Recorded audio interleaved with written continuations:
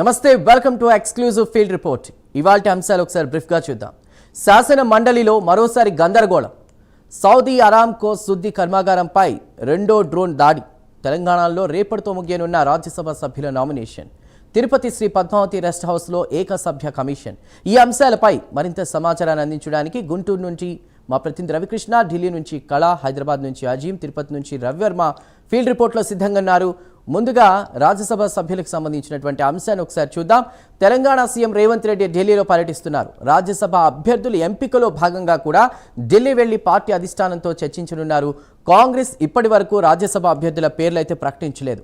రాజ్యసభ సభ్యుల నామినేషన్ రేపటితో ముగియనుంది. దీంతో ఎవరికి ఈ సీట్లు దక్కుతాయో అని తెలంగాణ రాజకీయాల్లో ఉత్కంఠ నెలకొంది. రైట్, పూర్తి వివరాలని ఫీల్డ్ రిపోర్ట్ ద్వారా మా ప్రతినిధి అజీం అందిస్తారు. అజీం, బీజేపీ అయితే అభ్యర్థుల్ని ప్రకటించింది. రాజ్యసభకు సంబంధించి ఇప్పటివరకు కాంగ్రెస్ అభ్యర్థుల పేరు ఖరారు చేయలేదు, ప్రకటించలేదు. అప్డేట్స్ ఏంటి?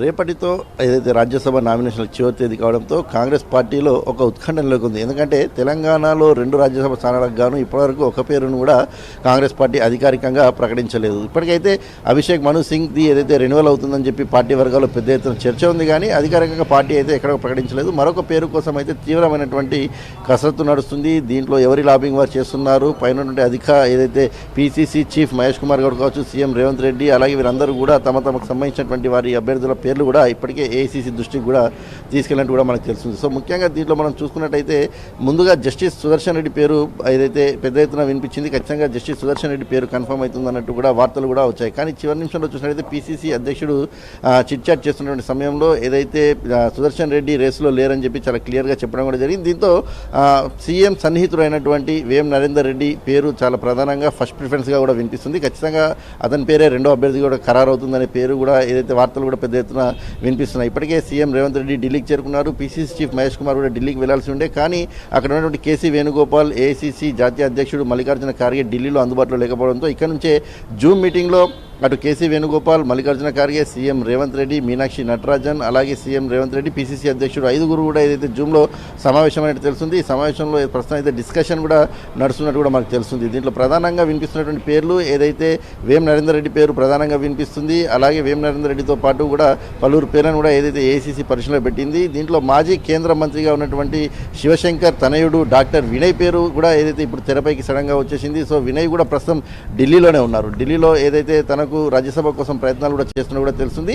మల్లికార్జున ఖార్గే ఏఐసీసీ అధ్యక్షుడితో కలిసి ఏదైతే మాజీ కేంద్ర మంత్రి శివశంకర్ పనిచేశారు. ఈ నేపథ్యంలో మల్లికార్జున ఖార్గే వినయ్ పేరును బలంగా ఏదైతే పెద్ద ఎత్తున ఏదైతే చెప్తున్నట్టు కూడా తెలుస్తుంది మనకి. ఈ నేపథ్యంలో ఇటు సీఎం రేవంత్ రెడ్డి మాత్రం తన సన్నిహితుడైనటువంటి వేం నరేందర్ రెడ్డి పేరునే ఏదైతే చెప్తున్నట్టు తెలుస్తుంది. సో ఈ నేపథ్యంలో అటు బీసీలు కూడా 4 ఏదైతే ప్రయత్నాలు చేస్తున్నారు. బీసీలకు సంబంధించిన వారు కూడా 4 ఏదైతే రేస్లో ఉన్నట్టు కూడా పీసీసీ అధ్యక్షుడు మహేష్ కుమార్ గౌడ్ కూడా ఏదైతే చిచ్చాట్లు చెప్పారు. ఇందులో బీసీల నుంచి ఏదైతే మధుయాష్కి గౌడ్ మాజీ ఎంపీ, అలాగే మాజీ ఎంపీ విహెచ్, ఎరవత్రి అనిల్, వీరందరూ కూడా ఏదైతే రేస్లో ఉన్నట్టు తెలుస్తుంది. వీరితో పాటు డాక్టర్ వినయ్ కూడా తెరపైకి వచ్చారు. సో ఈ 4 కూడా బీసీల నుంచి రేస్లో ఉన్నారు. ఇక ఎస్సీ సామాజిక వర్గం నుంచి ఏదైతే దుమ్మాటి సాంబయ్య, ఏసీసీ కార్యదర్శి సంపత్ కుమార్ కూడా ఏదైతే ప్రయత్నాలు చేస్తున్నట్టు కూడా మనకు తెలుస్తుంది. వీరితో పాటు రెడ్డి సామాజిక వర్గం నుంచి కూడా మనం చూసినట్లయితే జీవన్ రెడ్డి, చిన్నారెడ్డి, రైతు కమిషన్ చైర్మన్గా ఉన్నటువంటి కోదన్ రెడ్డి, వీరందరూ కూడా ప్రయత్నాలు చేస్తున్నారు. సో మరి కాసేపట్లో ఏదైతే తెలంగాణకు సంబంధించినటువంటి 2 అభ్యర్థుల పేర్లు అధికారికంగా అధిష్టానం ప్రకటించే అవకాశం ఉన్నట్టు వార్తలు వినిపిస్తున్నాయి. ఇందులో